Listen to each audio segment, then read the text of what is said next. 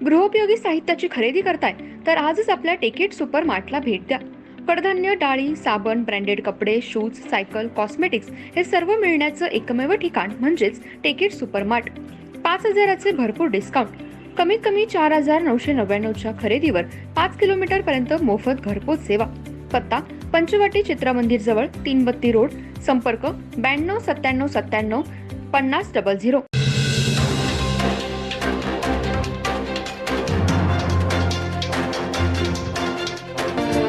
नमस्कार, मी तेजस्विनी मगदूम. एम मराठीमध्ये आपल्या सर्वांचं स्वागत आहे. पाहूया ठळक घडामोडी.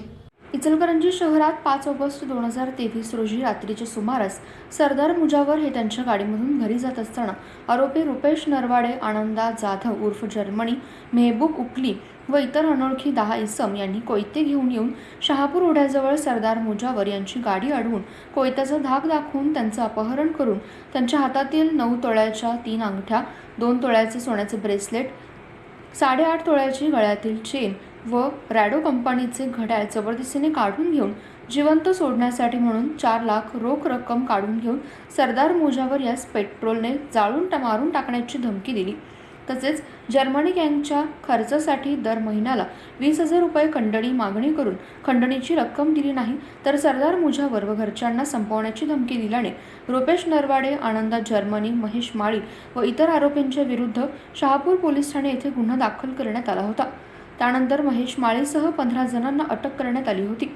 यातील आरोपी महेश माळी याच्या वतीने इचलकरंजी येथील जिल्हा व सत्र न्यायालय यांच्यासमोर ॲडव्होकेट सचिन माने यांनी जामिनाकरता अर्ज दाखल केलेला होता.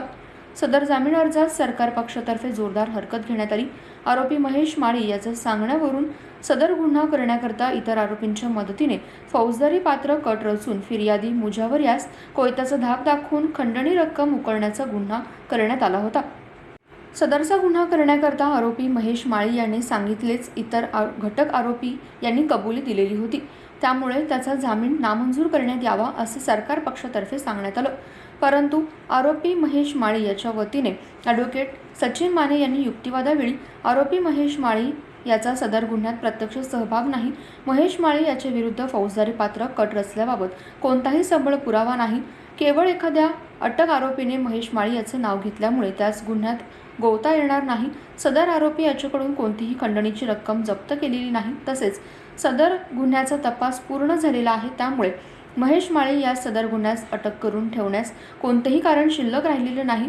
त्यामुळे आरोपी महेश माळी यास जामीन देण्याची मागणी आरोपीतर्फे ॲडव्होकेट सचिन यशवंतराव माने यांनी केली.